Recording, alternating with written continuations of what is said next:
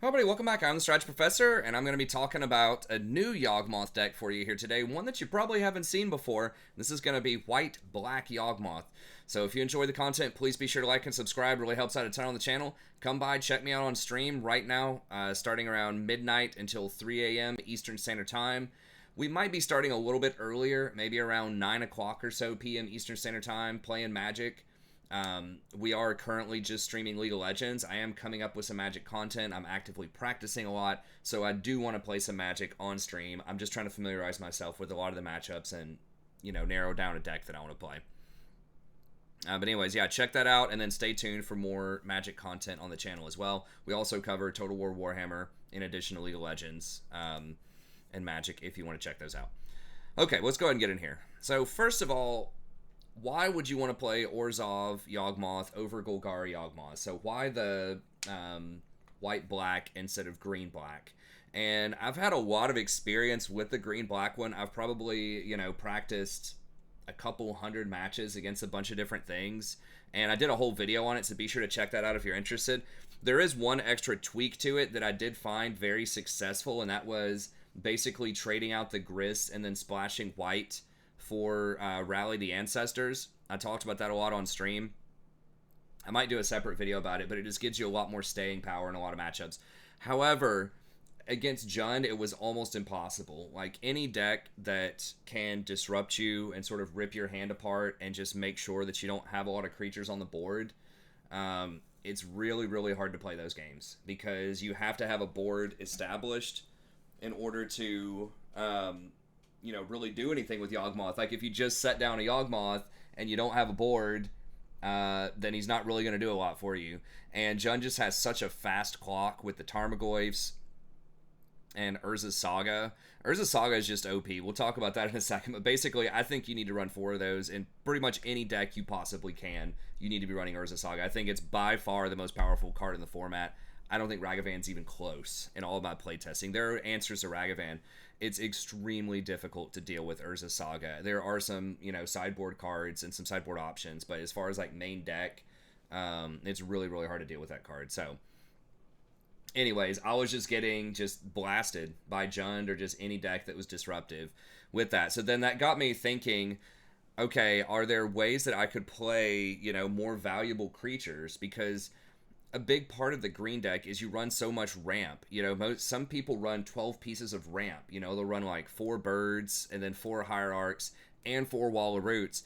And the problem is, if they just take away your business card, if they thought seize you or inquisition you and take away your Court of Calling or take away your Yawgmoth or whatever, then there's not really a lot those ramp creatures do. So it's...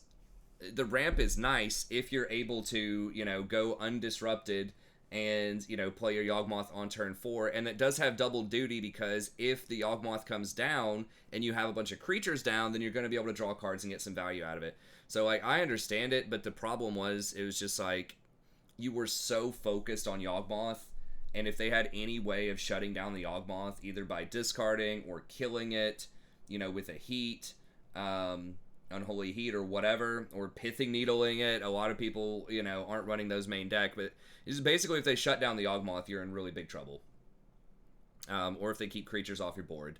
So I was just trying to figure out a way, that I could run, more sturdy creatures. And I had been running a combination with Heliod, Suncrowned, and Yawgmoth and Kitchenfinks, because those do create a combo that's going to give you basically infinite life for as many cards as you can draw. So you're going to get as many cards as you want. Every card you draw is going to give you a life, and you're going to get to put a -1/-1 counter, as many as you want, on enemy creatures. So basically, it's a board wipe on the enemy, you draw all your cards, and you gain a bunch of life. So it's like the standard Yawgmoth combo, but it's even better, because it's a 3-card combo that gives you all of those things. So I think in many ways it's better. However, it can be disrupted a little bit easier if they're able to bolt the persist creature and you don't have anything else to gain life on your side. So they can disrupt it a little bit more. Both of them are disrupted by Graveyard Hate, and that's another thing is, you know, a lot of these decks are going to be running, you know, a main deck Soul Guide Lantern or a main deck Neil Spellbomb, just because why not? If you're running 4 Sagas anyways, it's very good against enemy Delirium. So you just kind of take collateral damage from that as someone who runs these Undying or Persist creatures, because when it has to touch the graveyard first and then it bounces back into play. So they have an opportunity to bomb your graveyard and get rid of that. So those were all just problems. I wanted sturdier creatures. I also wanted more disruption. I wanted to be able to stop their game plan to make sure that my Yawgmoth was going to go off so that it wasn't going to get unholy heated or, you know, otherwise messed with. And you can't really run a lot of disruption with the green version because you need a critical mass of creatures on the board. You need, because you're so all in on Yawgmoth, you need to be able to draw those cards. Also with Court of Calling, you need a bunch of creatures so you can tap them with Court of Calling. So there's just a bunch of reasons why you just had to fill up your board with creatures, and you just really could not afford to run stuff like Thoughtseize, at least in my experience playing it. It was just kind of all in on creatures, which again is going to open you up to a lot more interaction. So that's why I got to thinking about Orzov. So the trade-off here is you're getting rid of the ramp. You don't have any ramp in this deck. But in exchange for that, there's no creature threshold. So it's nice to have a bunch of creatures with Yawgmoth, but you don't have to have a ton. And there are ways to get counters in this deck. And remember, Yawgmoth has a third ability that a lot of people forget about, which is Proliferation. So talk about it in a second. So you can pay 2 black, discard a card, and add an additional counter onto every card that you have that already has a counter on it. So that's very, very good. You know, if you're distributing a bunch of Heliod counters on people, you can, you know, boost up those counters and just, you know, really overload your board with a bunch of counters.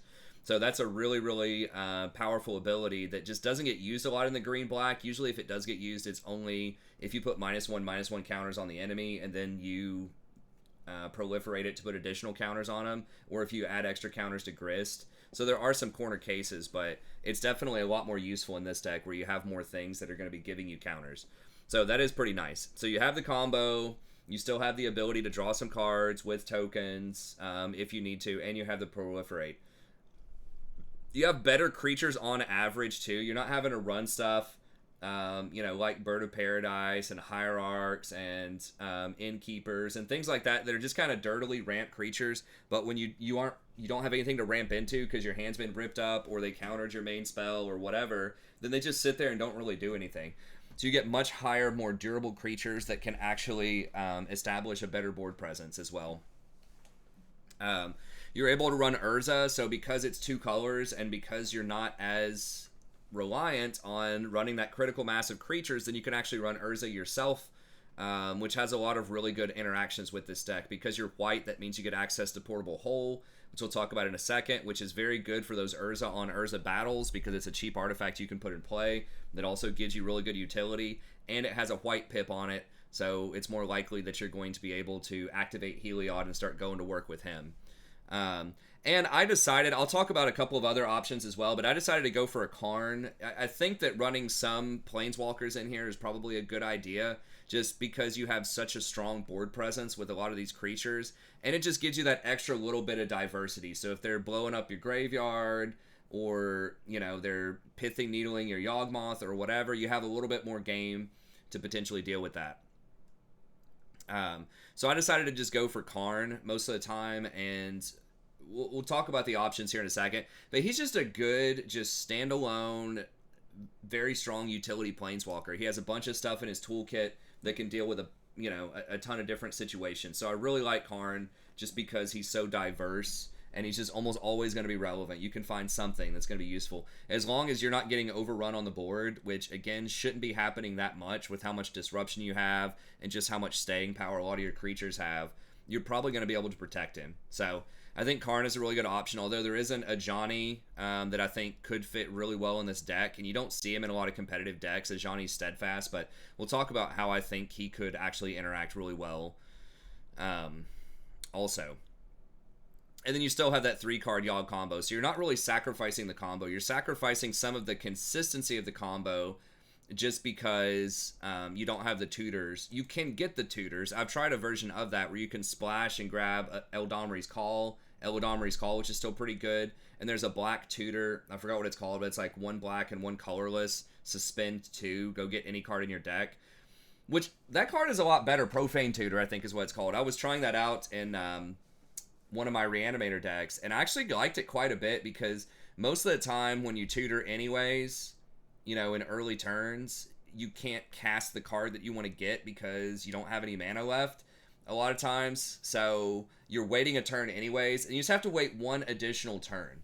So just do something else on your other turn, and then you get the card after that when you're untapped. And sometimes that's even better because you don't have to pick your card until it resolves. So if the situation changes and you have kind of a versatile deck, then you can go get a different card if you want to. So obviously not as good as like a full-on demonic tutor, but I don't think it's that much worse than Eladamri's because it can literally get any card, including your sideboard cards. So, but it just wasn't quite enough, and I just wanted just a little bit more raw power without messing with the tutors. And I didn't want to splash green because it makes it a lot harder to run the Urzas because those are, you know, colorless lands. You do have a lot of color requirements early on some of these creatures. So I didn't want to overload it too much. So anyways, let's talk about a couple of the other cards here as we go down the list. So Karn, we'll just go down the list over here.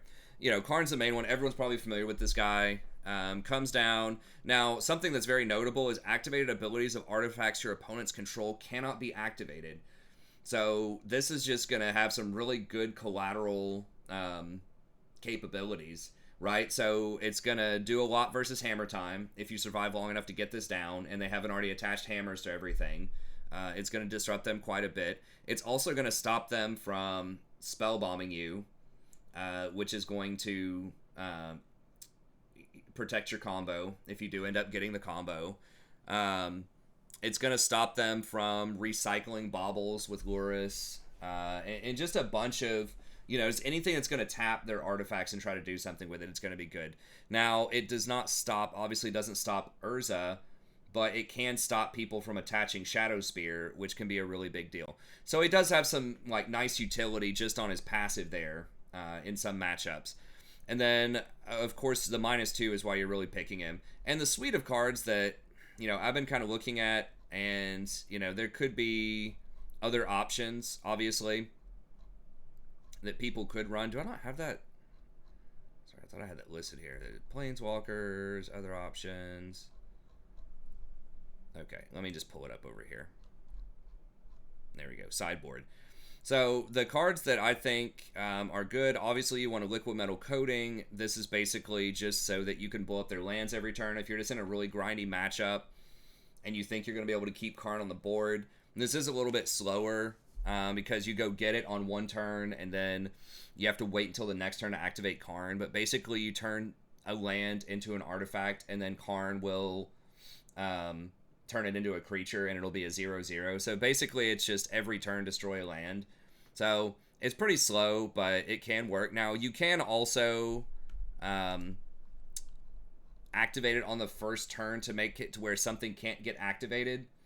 So because this said activated abilities of artifacts, so I believe it stops mana abilities. I'm gonna have to double check that, but I think if you activate it during their upkeep, even if you don't kill the land, they can't tap it for anything. So that can still be pretty useful even the first turn it comes in, even though you can't start killing the lands. That's just kind of a classic one that I think is good. In Snaring Bridge, a lot of decks just cannot beat this, or they might have like one card in their deck that can beat this pre-sideboard. And yeah, you know, a lot of your main creatures are not going to be artifacts. Like, you're going to have Urzas, but it's going to put people in a weird place if they want to bring in artifact hate against you because you're not running that many artifacts outside of Urzas. But this might force them to bring it in. So again, you're attacking them from a bunch of different angles by taking something like Ensnaring Bridge. So, you know, Jund players, they might run like 2 Kolaghan's commands. Other than that, it's going to be really hard to get rid of this. For a lot of decks. Murktide, I don't think, has any main deck answer for this unless they counterspell it, but if you're ripping their hand up, it's going to be really hard for them to deal. I think sometimes they run 1 or 2 of like the blue bounce creatures. They might have an engineered explosives in there, but, you know, you're talking less than 5 cards in most decks that are going to be able to deal with this. So it's going to buy you a ton of time just to draw into your combo and just kind of, catch up on board and establish yourself. I don't even know if Hammer Time has anything to deal with this in the main deck. It gets around Portable Hole because it's a 3 cost. They don't really have EE because they're just white and colorless. So I think you just straight up win against Hammer Time, game 1 with this, and then they have to bring in Artifact Hate to try to deal with it. So really good option in a lot of decks. Of course, you got your Spell Bomb. Pithing Needle is very good as well. That does not stop Urza from fetching a creature, but it will stop Urza from making constructs. So that's pretty handy. Obviously, it's going to stop planeswalkers and just some other things that are going to be pesky out there. Animation module. Now, this is one that's kind of cute, and I have one of these in the main deck, and it might be a little too cute. But basically, this says whenever one or more +1/+1 counters are placed on a permanent you control, you may pay 1. If you do so, create a 1/1 colorless servo token. So pretty much, if you have a Heliod in play, then anytime you're gaining life, you're going to put a +1/+1 counter on something. And if you have like Orzov Champion, whenever a creature comes into play, gain 1 life with Heliod, then you can basically just make as many of these as you want. You have mana, right? So with Heliod, if you can just, gain some life some way that turn, pay 1, animation module, that comes into play, gain a life, get a Heliod counter, animation module, gain a life, get a Heliod counter. So you can just crank that out, and that stuff you can, block with it. You can put counters on it and attack with it. You can sacrifice it to Yawgmoth. So that is pretty cute. And then if you play a Ajani who puts counters on everybody when she comes into play, then you can, of course, because it's each permanent, not each instance, I believe, that adds a +1/+1 counter. So if you're putting +1/+1 counters on multiple creatures, then the animation module, if the only thing is you have to tap the 1 colorless every time you want it. So it's not like actually, free. You do have to pay for it, but it can definitely be worth it in some circumstances. And it has kind of a bad proliferate. You can add 1 additional counter to 1 creature. That does allow you, if you have a +1/+1 counter on something already, then that does allow you to add an additional 1 and basically trigger itself for 4 mana. So, I don't know. It only costs 1 mana. It's kind of cute. It does work really well with several of the cards in the deck. But, it might just be too cute, and I might end up cutting it anyways. But I just figured I'd throw it out there for you. And then there's nothing else that's really that surprising. Shadow Spear is something that you definitely want in your deck. This card is just insane in a lot of matchups, especially when you have, the big construct creatures running into each other, because it gives lifelink and trample. This is, it was just almost unbeatable to go against this card when I was playing Yawgmoth, because all your little wolves and birds and innkeepers and all that kind of stuff just gets trampled over by the Shadow Spear. So it's very good, and permanents your opponents control lose hexproof and indestructible until end of turn. So that's going to help you out against some corner cases like Boggles. You can actually target the Boggles creatures. Infect creatures usually have Shroud or whatever. You can target them as well, the hexproof. And you have to be careful when people use this against you. You can take away the indestructible from gods. So that doesn't come up a lot.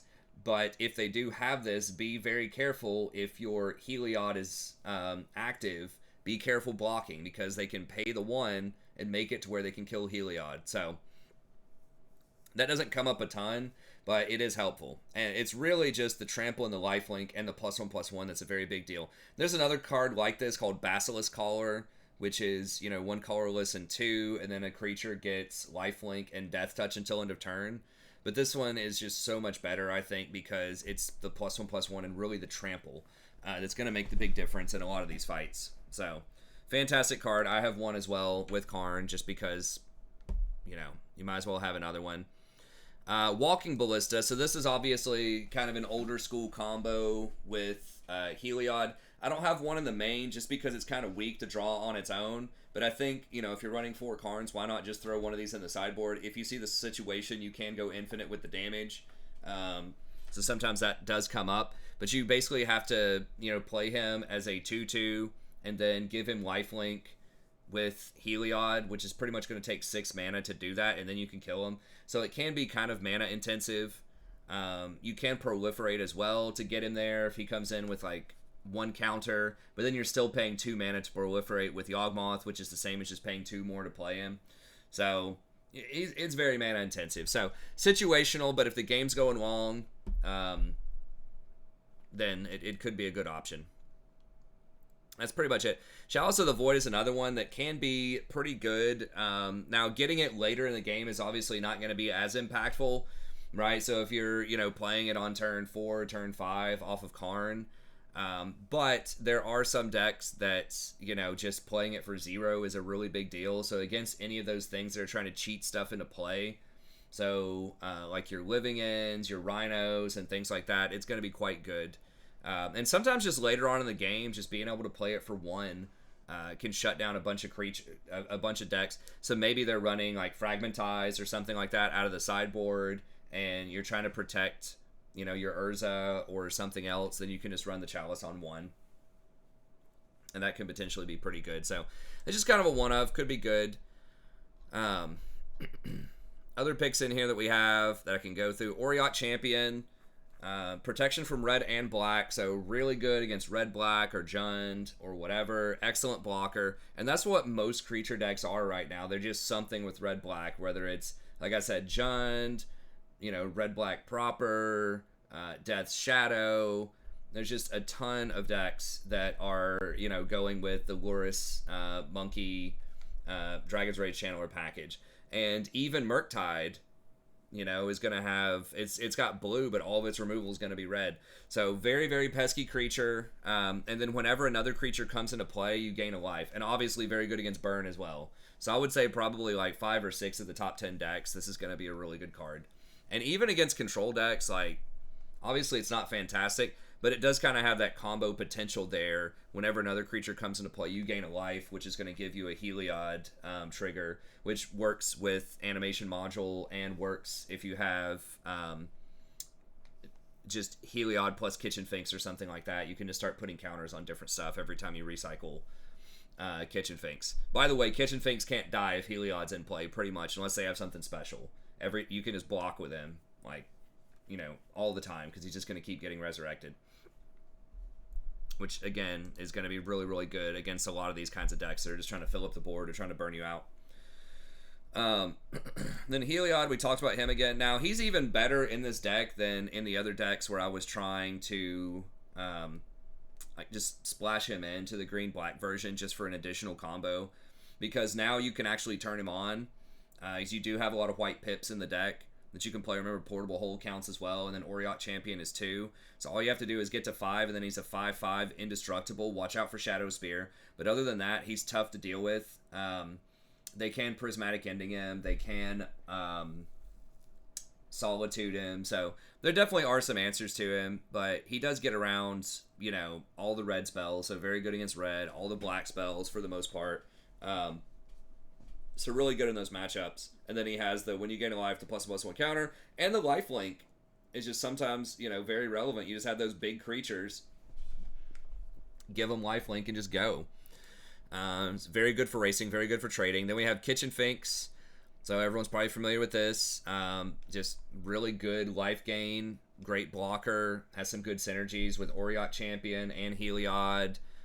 Even Yawgmoth, has some synergies with him as well. Now, when you sacrifice him, remember, Yawgmoth can put a -1/-1 counter on something. So this is persist. You need to put a +1/+1 counter to balance out the -1/-1 counter. So Yawgmoth, does not go off with this creature in the same way that he does with Young Wolf. So that's kind of a nombo. But again, if you just have Yawgmoth with Heliod and Kitchenfinks, you can put the -1/-1 counter on their creatures, or just not put it on anyone. Remember, it's a May on the -1/-1 counters. So you can just use Yawgmoth as a sack engine just to draw a bunch of cards, and then, when Kitchenfinks dies and then comes back to life, you gain 2 life. When you gain 2 life, then you're able to put the counter from Heliod on the Kitchenfinks that counters that negates the -1/-1 counter, and you paid 1 life for the Yawgmoth trigger. So basically, you gain 1, you gain a card, and if you want, you can put a -1/-1 counter on any of their creatures. Loop as many times as you'd like. So, just really good standard glue card that just fits very well into the deck. Got Sanctifier. I'm just running 2 of these again because so many decks are running, the Ragavan, DRC types of packages, and usually they have some way to interact with their graveyard.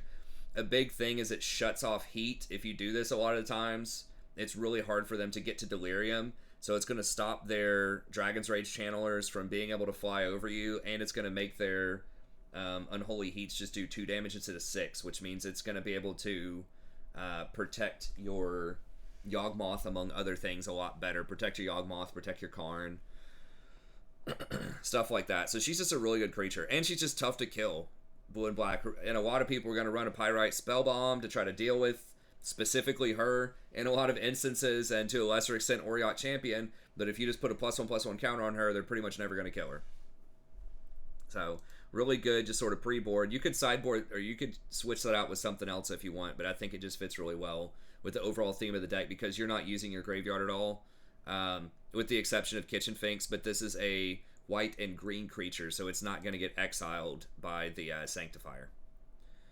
And then just the standard disruption package, and this is the main reason to play this over green-black, is you can actually interact with them, which you can't do as green-black, which feels really bad when they're interacting with you a lot. So I think just running a good suite of hand disruption is really important. So I have 7 here, because really you just want to rip their hand up, just take away a lot of their answers, and just outgrind them. Like, you just have way more grindiness, way more sticking power, staying power with a lot of your creatures. You have very resilient threats. So that's why I like that. And I think I haven't tried the blue-white matchup, but you do have dead cards in those matchups. So, like, Prismatic Ending is not going to be doing that much. And Portable Hole is not going to be doing that much either. So, you really need to try to index towards, stuff that's going to be very relevant in those matchups, which is going to be those discard spells, to make sure they don't have counter spells for whatever you're trying to do. So, anyways, I like the discard, and then Prismatic and Portable Hole are just 2 of the best pieces of removal you can get right now, because so many decks are Lurrus decks. That means it's cheap. It's either 1 white or, 2 mana to kill almost anything they cast. No questions asked. Also very good against things like Amulet, because you can take their amulets. There are a lot of matchups where it's going to be very relevant that you're able to, basically exile key cards early on. And then Portable Hole that I mentioned as well. Very unassuming looking card, but this card's actually extremely good. It pretty much exiles a card unless they have a way to kill it, which a lot of people don't main deck, maybe an Engineered Explosives or something. But by then, this cheaper card that you took care of is probably, not going to be as relevant. So, pretty much exiles a card and counts as a white mana source for Heliod, and counts as an artifact for your Urza Construct tokens, which is really important. Like, it's a big deal. If your tokens are 5/5s and theirs are 4/4s, you have a massive advantage in creature fights. So, anyways, it's very good. Now, you can't search for this with Urzas. I checked that, and Urzas has to literally be a colorless artifact for 0 or 1 colorless. So you cannot go fetch this with Urza, which is kind of lame. But to be honest, Urza's really OP anyways, so it's probably fine. And then as far as the lands go, and I don't want this video to be too long, we're definitely going to keep it way shorter than the last time, so we'll see if we can keep it to 35 minutes or so. Castle Locthwain, just basically pretty much free in this deck. You have so many swamps, you can activate it. And then you have a lot of life gain as well, and you're going to be emptying your hand. You don't have a lot of high casting cost cards that are going to get stuck in your hand. And you're using a lot of your stuff proactively for the most part. Like, you're not sitting on counter spells or anything. You're casting your Prismatics, you're casting your Portable Holes, you're putting stuff on the board. So I think that you can get those extra cards for pretty cheap, and it has almost no opportunity cost. So I really like that. That one's kind of a no-brainer. Egonjo Castle. This one's kind of weird, but again, it's basically free. It's a legendary land. Tap it, gives a white, doesn't come into play tapped or anything like that. You can pay 1 white. The next 2 damage that would be dealt to a legendary creature, you prevent it. So In some corner cases, this can protect your Yawgmoth against an Unholy Heat.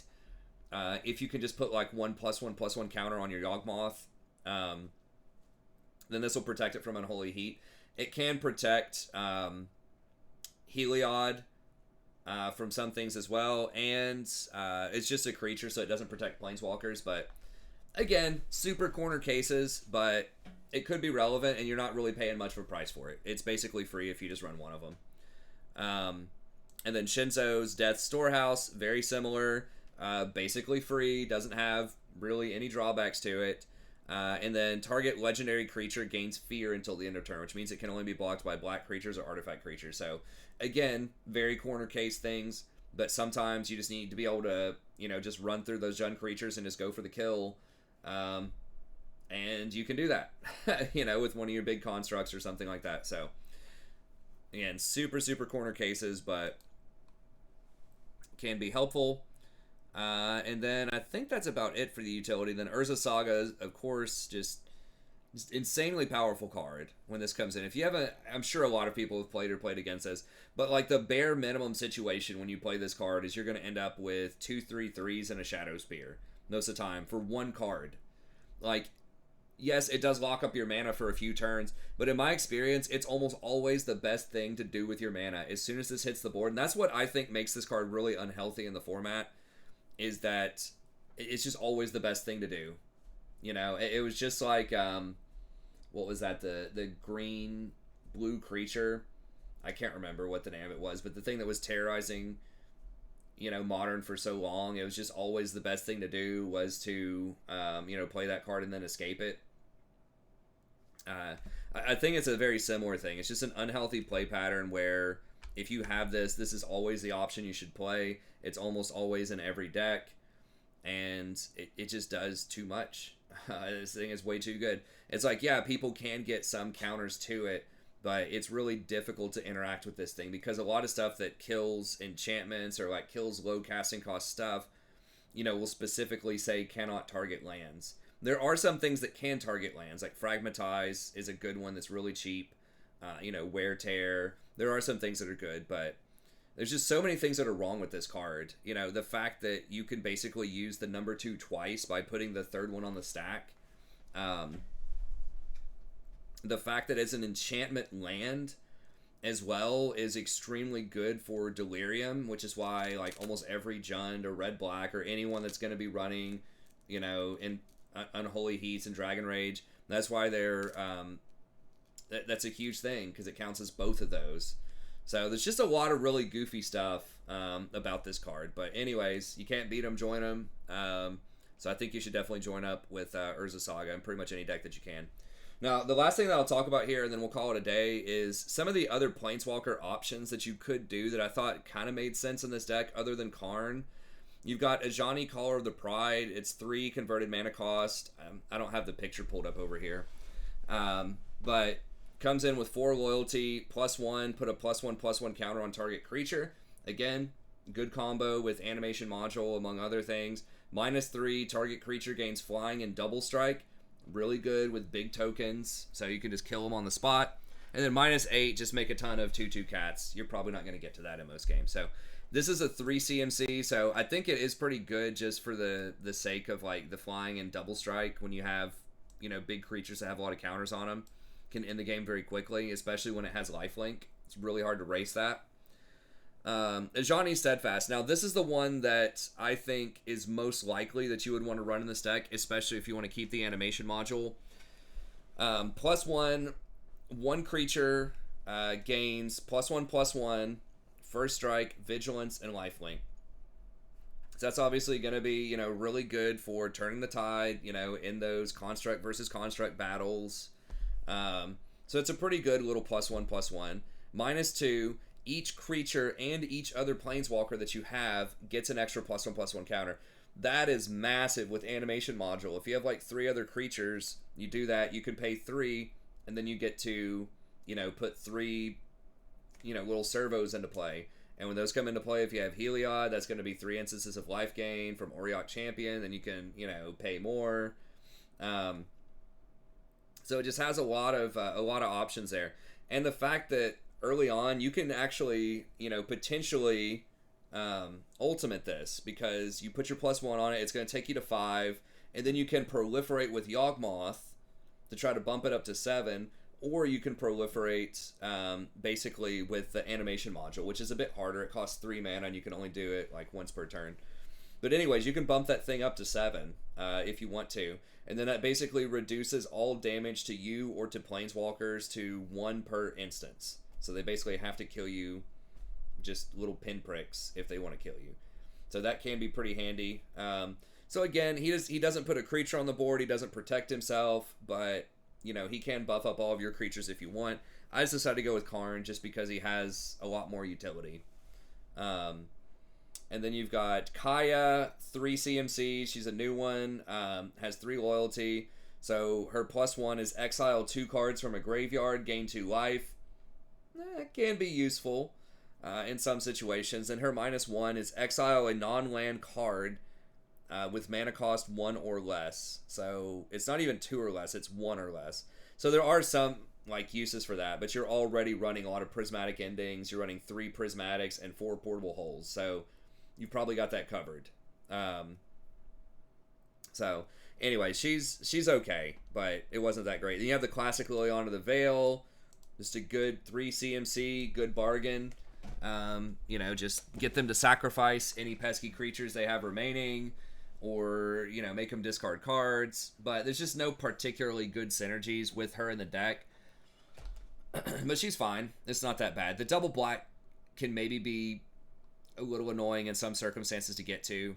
But she's probably fine. And then Solemn Visitor, 4 CMC, all creatures gain +1/+0 and lifelink, so going to be pretty good if you have Heliod in play, and then you create a 2/2 flying creature.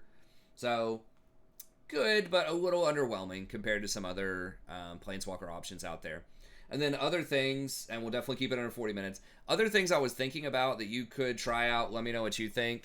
I really wanted to try to make room for Field of Ruin, just to try to deal with other sagas, but it's just too many colorless. I think it's just too many, not enough color. That would be 8 lands out of your, 22 that I'm running here, that would not give you any color. And you have lots of double white pips. You have the Orzov Champions. You have the Sanctifiers.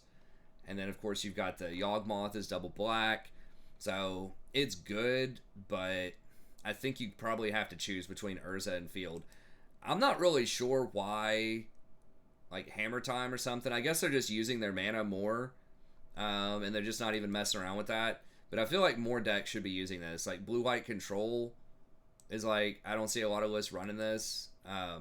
It's extremely good against Saga. And also, I mean, things like Tron, things like Amulet, it can potentially be pretty good depending on how they play around it. So it could be all right.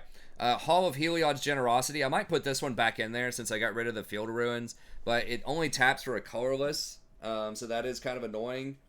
But if you run it as a one of, I believe it's a 1 colorless and 1 white tap, put target enchantment from your graveyard on top of your library. So you can just keep recycling the Urza Sagas if you want, or you can get the Heliod if they manage to kill it. Also thought about running some Vindicates, just as a 3 mana catch-all, just kill any other things that could be out there. It is on the expensive side, that's why I ended up cutting it. But you might want to put some in the board just in case you need answers to higher converted mana cost things, right? So you need some answers to like Omnath, Murktides, things like that your portable hole and prismatics are not going to hit. Prosperous Innkeeper, pretty good. I really liked him in the green version, but I was trying not to splash green in this just because we have so many double whites early and we have a double black later, and I really want to be able to run Urzas, and I think it's just really hard to do that if you're doing triple color. Obviously Jund does it, but it's okay. You can run the Soul Sisters and stuff too if you want. In white, there's a couple of different white creatures. When a creature enters the battlefield, you gain a life, but I thought they were just a little underwhelming. Prosperous is good. He does ramp you a little bit. Scavenging Ooze, but he's another one of those like dirtily creatures, right? That's like okay, but that's one of the main reasons I was getting out of green, is I just wanted to, you know, get more power. Scavenging Ooze would be fantastic in this deck. You know, the thing is, you're probably exiling a lot of their stuff, though, with Spell Bombs and Sanctifiers. But, you know, Ooze can come up pretty big. But if you're splashing it, you're not going to have a lot of green to be able to get a ton of value out of this every turn. So Ooze okay. I am running the Auriok Champion. You could run Core Firewalker as well. I think Auriok's probably better. Auriok and Sanctifier is probably enough. Like, you know, built-in red-black hate. Solitude, always really good. It does have lifelink, so you could gain some, you know, health off of that. I feel like if you're going to run Solitude, you probably want to run Ephemerate, though, as well. And there aren't a lot of good blink creatures here. You know, if you're going green, you could try to Ephemerate Eternal Witness or something with Solitude. Like, I was looking at some versions with that. But I just think it's a little too cute. It's just not really what the deck's all about. At least right now. Maybe I'll try it again another time. Sanctifier, ended up putting that in the main deck. Elodomri's Call, good tutor, but probably not worth splashing. Like, you don't have to have the combo with this deck. It's cool if you do, but you can definitely win even if you don't have the combo. Honestly, most of the time I'll win, it's because of Urza Saga. In this version, I just kill everything, disrupt everything, and just win with Urza Saga tokens. It's just basically like Hammer Time, but also a lot of discard spells to go with it. And then Court of Calling, really hard to cast with the triple green. On Thin Ice, now this is something that you definitely could run more of if you're running enough basics for this. And this would help you solve the 1 mana, like, basically kill Murktide, kill Omnath, you know, those type of bigger creatures. So that's definitely worth considering, maybe in the board, maybe in the main deck. It's just not going to be as good against the Lurrus decks, but just because, like, Portable Hole is going to be better because it counts as an artifact. But On Thin Ice can be good. It does still count. It does give you that 1 pip, though, of white, which is nice. So it does share that with Portable Hole. So, I don't know. It might be worth running, you know, one of those if you want to, 1 or 2 of those. And then Urza Saga itself, yeah, super OP. Definitely want to run that. Dromoka's Command, if you splash green, that's a really big one I was thinking of. Just because you can force them to sack an enchantment, which is probably going to be Saga most of the time. And you can fight their creatures. You can put a +1/+1 counter on things. So that can be pretty good. Rally the Ancestors, I just don't think is worth it with this type of deck. I think it was extremely powerful in the green deck, splashing for it. The green-black deck. But you're just getting run over most of the time. And again, a lot of people are going to be running Spell Bombs in the main deck, so, you know, if you're doubling down, and Spell Bombs are already good against you because of your Undying creatures. So if you're doubling down on the graveyard, that may not be the best of plans. And then Skyclave Apparition could be pretty good. It kind of takes care of anything for 3 mana. So that's nice. That could be another Ephemerate target. So if you do want to run Solitude plus Skyclave, like, I could definitely see that. Ephemerate does also protect your creatures. If they try to kill your creatures, it can blank removal, which is pretty nice. So it does have some pretty good utility to it, but I just feel like it's a little too cute in some situations. You could also run Spike Feeder if you want the 2-card combo for Heliod, but since you don't have the tutors, I just don't think it's as good, and the double green is really hard when green's not your main color. So I liked it in the green version where you're splashing white, but I don't like it as much in this version. Anyways, that's going to be it. You know, keeping it about 20 minutes, just like I said. But hopefully I gave you a lot of really good information here. Hopefully you enjoy this. I'm surprised I've never seen anyone try this out. I mean, maybe it's bad. In my play testing, it seems pretty good so far. It's basically just like almost like a white prison deck that just has Yawgmoth in it as well. I haven't even used Yawgmoth in a lot of my games, and I've still been, you know, winning a ton of games just off of, like I said, just removing a bunch of stuff. I did win with 1 game, I think, with the Yawgmoth combo. But a lot of it just comes down to you just have really good disruption. You know, Portable Hole and Prismatic hit everything. In a Lurrus deck, you have 7 pieces of discard. You have Urzas to keep up with their Urzas or race them, and then you just have, like, really sturdy creatures and especially good hate creatures in a lot of these matchups with Orzov Champion and Sanctifier. So sometimes that alone is just enough to do it, even if you don't combo off every game. But anyways, that's going to be it. Have a good day. Be sure to like and subscribe if you enjoy the content, and I'll see you next time.